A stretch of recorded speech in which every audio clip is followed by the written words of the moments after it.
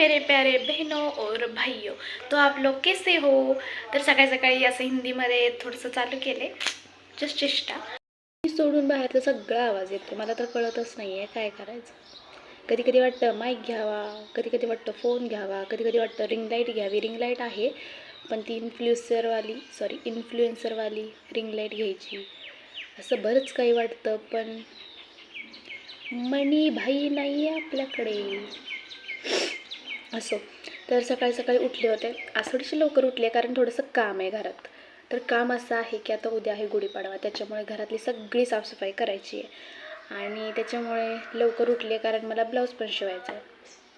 त्याच्यामुळे तर ते करून परत मला घरातली साफसफाई करायची. मम्मी मला मदत करू लागणार आहे, पण तरीही काम तर करावंच लागेल ना. त्याच्यानंतर घरातली पण काम आहेत, म्हणजे धुणं भांडी हे ते सगळंच आहे.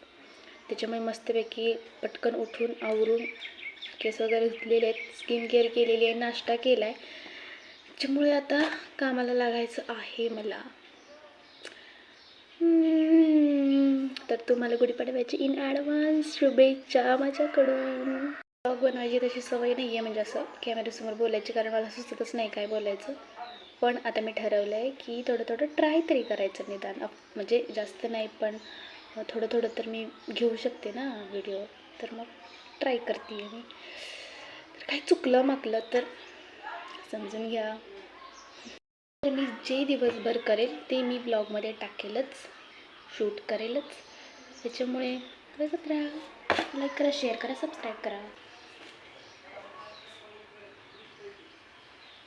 Curly hair girl. तर तुम्हाला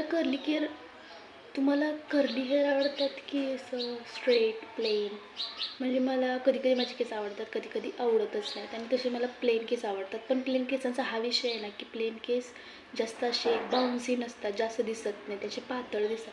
तसे कर्ली हेअर ना किती पण कमी केस टाकल्यावरती असतात पण ते दिसायला जास्त दिसतात, असं फुलतात ना. त्याच्यामुळे मला माझे केस आवडतात, पण अलीकडे जास्त आवडायला लागलेत.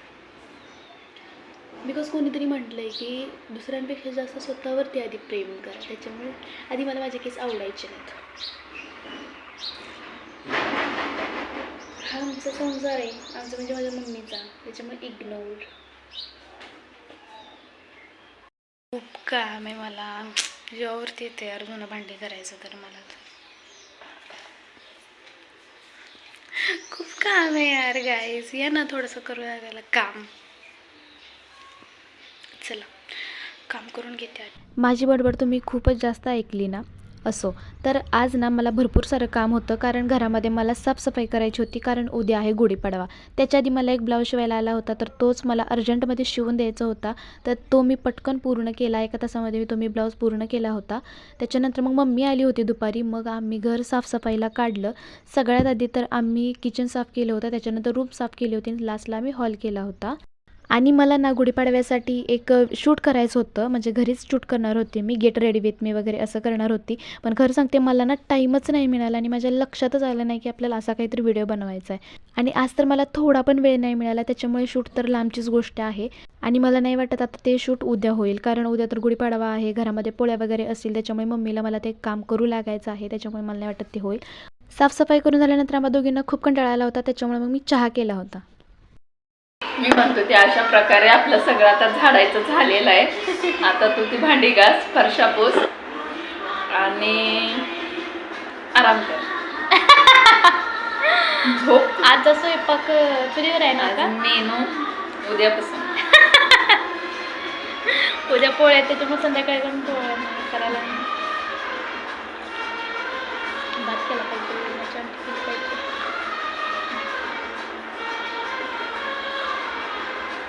काय काय करणार कधी उद्या? मी नाही करणार, तूच करणार आहेस. मला काय अंगात लुटून काढतात. मी रोजच काढते, सकाळी पण काढलं. काढायचं. पूर्ण घर साफसफाई केल्यानंतर ना खूप जास्त कंटाळा आला होता आणि जेवण करण्याची इच्छाच नव्हती. पण तरीही ना बाहेरून तर कोणी आणून देणारं नव्हतं, त्याच्यामुळे मग मी घरीच बनवायचं ठरवलं. तर जेवणामध्ये मी भात फक्त बनवला होता, भाकरी आणि पिठलं बनवलं होतं आणि तेच आम्ही खाऊन घेतलं होतं. The next day.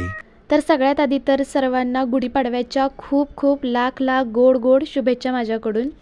तर काल ना पूर्ण घर साफ केलं होतं, त्याच्यामुळे खूप जास्त कंटाळा आला होता आणि सकाळी ना उठायची बिलकुल इच्छा नव्हती. पण तरी पण सकाळी मी 6 वाजता उठले होते, कारण पोळ्या करायच्या होत्या आणि आज कुरडया पण करायच्या होत्या. त्याच्यामुळे मग मम्मीवरती सगळा लोड आला असता, त्याच्यामुळे मग मी पण लवकर उठले होते आणि तिला करू लागले होते. तर सगळ्यात आधी तर मी उठले, अंघोळ वगैरे करून घेतली आणि त्याच्यानंतर मग मी रांगोळी काढून घेतली होती आणि मम्मी बाहेर ही कुरडया वगैरे शिजवण्याचं काम करत होती. त्याच्यानंतर मग तिने आणि भावाने देवपूजा वगैरे करून घेतली होती. तोपर्यंत मग मी घरचं जे काम आहे ना ते करून घेतलं होतं. त्याच्यानंतर भाऊ गेला होता, ते आंब्याचा ढाळा आणायला गेला होता आणि कडुलिंब ते ह्याच्यामध्ये टाकायचं असतं ना गुढीमध्ये, तर त्याच्यामुळे ते आणायला गेला होता. तोपर्यंत आम्ही दोघींनी इकडे गुढीला उभारण्याची तयारी केली होती. त्याच्यानंतर तर तो आलाच होता आम्हाला मदत करू लागायला. तर मग मस्तपैकी गुढी वगैरे उभारली आम्ही. आणि आजच्या दिवशी ना माझी अशी इच्छा होती, म्हणजे मी विचार केला होता हा, की आज मी साडी वगैरे नेसेल, मस्तपैकी असं रेडी वगैरे होईल, फोटोज वगैरे काढेन, रील वगैरे काढेन. माझ्या डोक्यात होतं की गेट रेडी विथ मी बनवायचं.